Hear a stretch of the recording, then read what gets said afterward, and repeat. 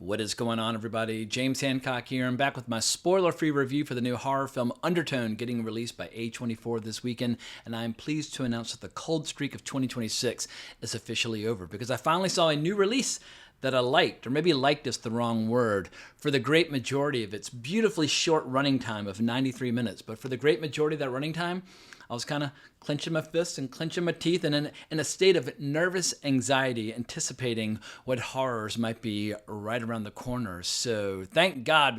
Welcome to the Undertone podcast, where we talk about all things creepy.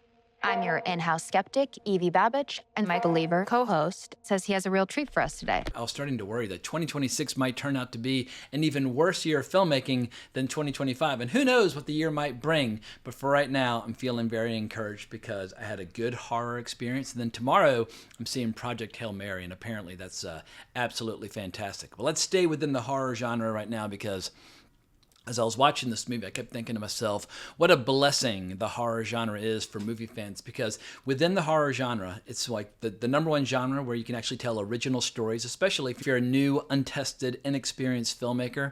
But it's also one of the best proving grounds for launching great careers. And writer-director Ian, I don't know if it's Tuason or Tuason, but Tuason, Ian is officially a director that is going to be on my radar from now on because with only $500,000, Ian managed to deliver a lot of thrills, a lot of chills, and no jump scares. I was relieved to see that he did not rely upon cheap jump scares for his effects. But as great as the horror genre might be for launching new careers, and as great as the horror genre might be for fresh, original storytelling, even better is the community of horror fans out there. Because my entire life I've been watching horror movies, and anytime you meet a fellow enthusiast for the genre, it's like you immediately have this like shared religion or fanaticism, or like just like horror fans tend to be a little bit nuts about the movies they like.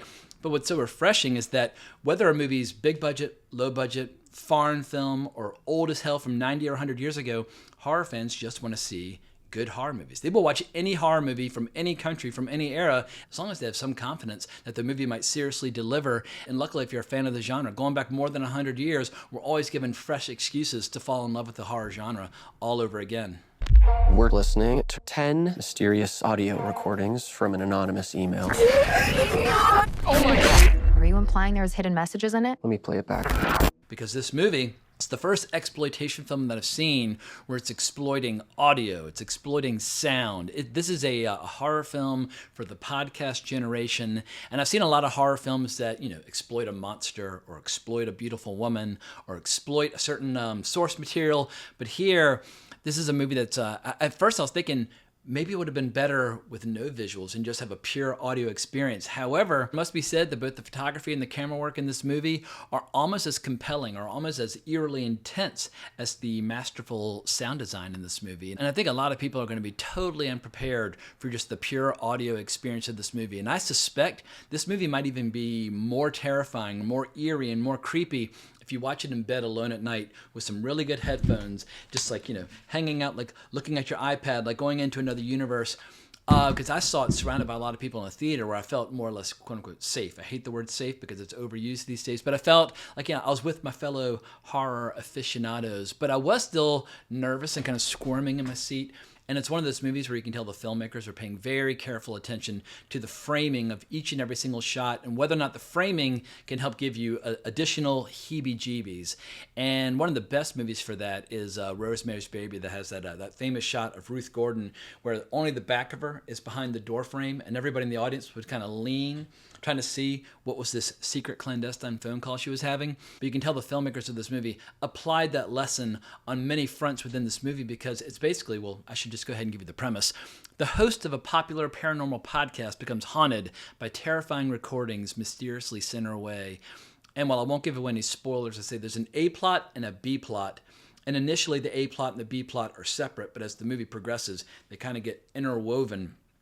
But in the great majority of this low-budget movie, it's just a podcast host sitting there at her computer. You very quickly, exhaust all your options when it comes to how do you wish to photograph her sitting in that chair. But they do all this cool stuff where there's a lot of darkness behind her, a lot of negative space where you're constantly thinking, all right, it's not scary right now, but I know at some point when they cut back to that big shot with all the darkness behind her, there's going to be something fucking spooky. Or if the camera's panning left and right, sometimes you're kind of trying to look faster than the camera because you're eager to see what's happening, and other times you're kind of looking like on the other side of the frame, trying not to see whatever horror is about to be presented to you.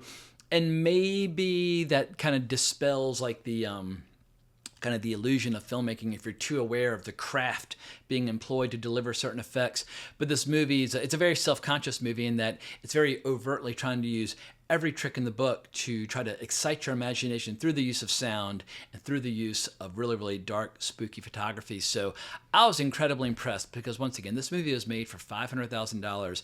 And then after a very heated bidding war, A24 scooped it up for 7 figures. And I don't have the precise figure, but according to the rumors online, A24 bought it for around $5 million, which is cool because A24 is in that weird space now where do they want to be in the business of distributing low-budget movies, or do they want to stay focused on movies like Marty Supreme? Marty Supreme just became A24's most successful movie. It's nearly grossed $300 million worldwide. And once you start making movies that are making that kind of money, you're like, all right, well, do we want to be Warner Brothers or do we want to be A24? Do we want to compete with Neon and with these small little specialty films that appeal to niche, passionate audiences? Or do we want to go for the big grand slam and try to make blockbusters? So I'm just relieved to see that A24 is staying true to their roots and still distributing movies like Undertone. But let me pause to acknowledge that this movie will not be for everybody, because on my road, there was one individual where when they weren't snoring out of boredom, they were getting up like every 5 minutes to go get popcorn or drinks, whatever. You could just tell they were not into it at all. And at the end of the movie, and obviously I'm not a mind reader, I don't know precisely how people were feeling emotionally, but I felt a certain vibe in the room, and who knows, maybe I was projecting. But there was definitely a feeling of, I won't say disappointment, but it reminded me a little bit of the end of Blair Witch Project in the summer of 1999, where people were like, what? That's it? That's all you've got? But once again, this is a low-budget horror film that's relying upon the gimmick of audio in order to kind of fill in the gaps for things that they can't afford to shoot, or like the special effects they can't afford, or the actors they can't afford, etc. and so forth.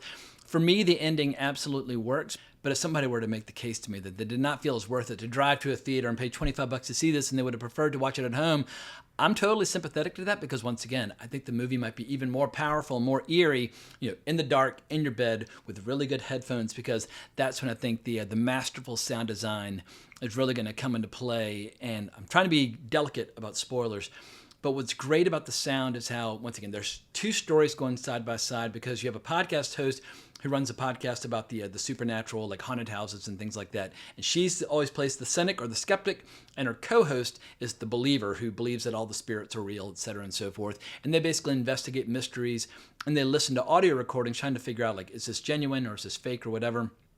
But at the same time, the central character, who is played by, hang on, Nina Kiri plays the character Evie, or Evie, I think it's Evie.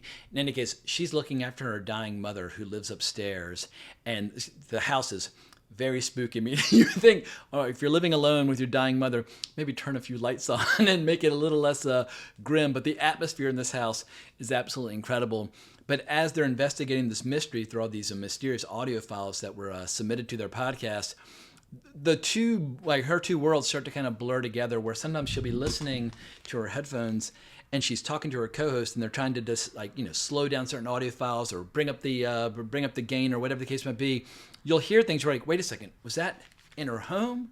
Or is that in the show that they're putting on? And that's when the movie starts to get really spooky and powerful, because the podcast host isn't quite sure herself what is part of the show and what is real life. And it's within that blurring of the lines where my palms started to sweat, and I just started to get that old familiar feeling that I was getting properly freaked out by a horror movie. And I've seen hundreds, if not thousands, of horror movies in my life, and I've seen a lot of really disturbing ones. And you would think at a certain point you would develop enough emotional scar tissue, or you would never get scared by anything at all. But just this morning, I had a weird experience. I woke up in the middle of the night, couldn't sleep, and decided to watch some random YouTube video about haunted houses, like real life haunted houses and what they're selling for. And it was a kind of a cool video, but I started reading some of the comments. And just reading some of the comments when people were recounting some of their own experiences with the supernatural, and waking up and seeing like a figure looming over them in the dark and stuff like that, I started getting so freaked out that I had to turn the video off. And I was like, oh my God, like, you would think after you've read enough horror novels or played enough horror video games or seen enough horror movies that none of this stuff would have an impact on you anymore. But that's what I love most about the horror genre, is that no matter how kind of bitter or jaded or cynical you might get, good horror experiences always cut through all the bullshit. But I feel like I've been very complimentary about this movie so far, and just to avoid the accusation of being too charitable, let's offer a few criticisms, because this movie, you basically have a couple of actors who are carrying the entire weight of the movie on their shoulders, and you really only have one actor who's on the screen quite a bit. Luckily, Nina Kiri is a fucking fantastic actress, and also, like any great horror movie, she's got that pretty girl next door quality where she's pretty and she's attractive, but she's not like stripper hot. And I feel like it's one of the great traditions within the horror genre where if you're pretty, there's a good chance you might live to the end of the story, but if you're super hot, there's a very good chance you're probably going to die at some point. But in all seriousness, you have to be a damn good actor in order to maintain the interest of the audience for an entire movie when it's basically just like a one-woman show. The flip side, and this is my criticism, her co-host on her show, the character Justin, played by Adam DeMarco, he doesn't have nearly the acting chops of Nina Kiri. And obviously he's at a disadvantage where we only hear his voice, but he just sounds a little bit too kind of soft and fuzzy and sensitive. And maybe that's like the part precisely as it was written.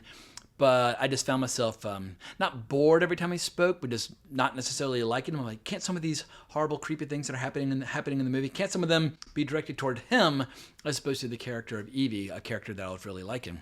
So I think a lot of people who end up enjoying this movie are going to justifiably call attention to the incredible sound design and the really good photography, but I think the sound design wouldn't be as interesting if not for the fact that they're actually working with a really good screenplay as well. And because the sound design is featured front and center, I think a lot of people overlook just how good the screenplay is, but director Ian Tuason, if that's how you say his name, the screenplay reinforces and it feeds into the sound design, where anytime you hear these strange clips and these strange little audio excerpts toward the end, the seeds have been planted earlier in the story. And what it reminded me a little bit of, once again, I got to be careful about spoilers, but Stephen King wrote a short story a long time ago called Grandma, which is included in Skeleton Crew, which has a similar framework to one of the storylines in this movie, where a little boy is left home alone with his sick and ailing grandmother while there's a storm outside. And through this steady kind of like coffee drip, you get teased little bits of information where by the end, the little boy has like a revelation where he realizes he's in great danger.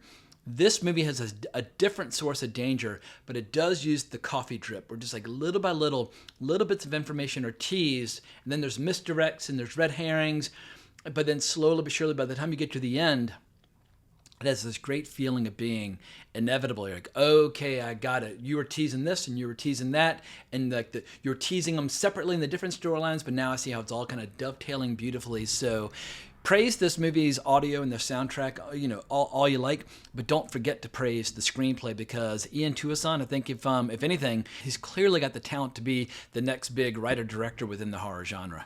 And I'm taking a quick glance at Ian Tuason's IMDb page. And while this was technically his directorial debut when it comes to feature films, it was by no means his first project. He had previously directed 6 short films, and I wouldn't be surprised at all if some of them, if not all of them, show some of the talent that was on display in Undertone, because his most recent short film, The Occurrence on Hollow Road, has the premise: a single mother who grieves the loss of her only son moves into a new home that is haunted by the specter of a child. That has without going into spoilers, has a lot of overlap with some of the themes and ideas being explored in Undertones. So maybe this is the movie that he's been kind of building up toward and getting prepared for his entire career. But if I were A24 or Neon or one of these specialty kind of art house labels that really loves leaning into, I hate the expression elevated horror, but it is the expression that a lot of people use when discussing the horror films of A24 and Neon. Basically, non-franchise, non-slasher movies, but it would be my advice to both companies to try to snatch up whatever his next project might be, because if he can make a movie like Undertone with only $500,000, who knows what he might be capable of with a decent budget, like 5 to 10 million range. We might be looking at the next Osgood Perkins or the next Damian McCarthy or the next Robert Eggers or someone along those lines. And I don't want to get too excited prematurely before we've had a chance to see what he can do with more experienced actors and a bigger canvas. But it's always nice to have yet another young filmmaker out there where I'm excited about what their next project might be, where I'll look forward to it and put it on my calendar the same way I have with Damian McCarthy's next horror film, Hokum, because his first horror film, Caveat, and followed by his second horror film, Oddity, both scared the shit out of me.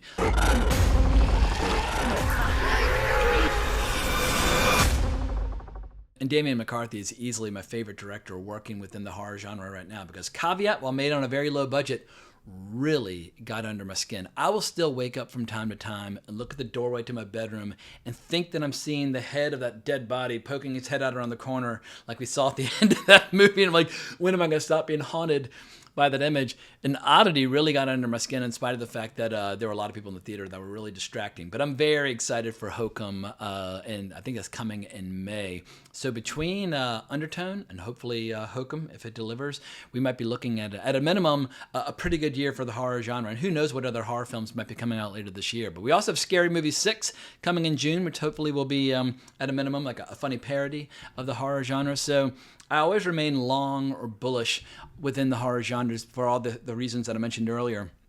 It's a great place to launch the career of talented young directors. It's a great place to tell new stories that are not remakes or ripoffs of shit from the past. And the horror fan community, like the film buffs that embrace the horror genre, and they're always some of the most entertaining film buffs to talk to before or after a really good screening. But getting back to Undertone, the big question with any new releases, is it worth it to drive to the theater and pay for an overpriced ticket and pay for an overpriced drink and overpriced food and then possibly have a horrible experience through no fault of your own just because of the people that you might be seated next to in the theater? Because this is one of those movies that could very easily be ruined. Like if you're going to group of 4 or 5 people and there's one person on their phone, it's going to dispel the magic of the whole movie. You really need to go with a crowd that's going to be kind of dialed in and focused and have the attention span to use their ears, pay attention, and follow all the little, the little bobs and weaves and zigzags of the story, because it's a story with a lot of texture and detail that help enhance the overall impact. But if you're sitting in a row with a bunch of knuckleheads who are used to just watching slasher movies, you're probably going to end up feeling like you wasted your money. But if you're a fan of really subtle, moody horror movies that kind of sneak up behind you as opposed to jumping out in front of you, I think you're definitely the target audience for Undertone. It's a little bit like that classic frog in a pot scenario where the pot might be lukewarm initially, but as you turn on the burner and the water starts heating up, the frog doesn't notice until it's too late that it's reached a boiling point, and at that point they're already dead. And I feel like that's my favorite kind of horror experience. And I'm totally fine, watching movies like Final Destination or Scream or whatever, where things jump out and horrible things happen. But it's almost like watching like a comedy as opposed to a horror movie. I want to be frightened. And I feel like when you go see a horror movie, whether it's part of a franchise, low budget, big budget, foreign film, classic, whatever, first and foremost, did it creep you out? Did it scare you? Did it get under your skin? And the answer to all those questions with Undertone is absolutely yes. So I'm going to recommend that people check it out. Once again, not for everybody, but the people who like it are going to like it quite a bit. So I hope you enjoyed this spoiler-free review. I did my best to kind of tap dance around as many details as I possibly could. But if you enjoyed this video, please consider liking, subscribing, hitting that notification bell, becoming a member. You know the drill, and I'll be back at y'all in a day or two to review Project Hail Mary. But thanks again for watching. But more importantly, as always, onwards and upwards.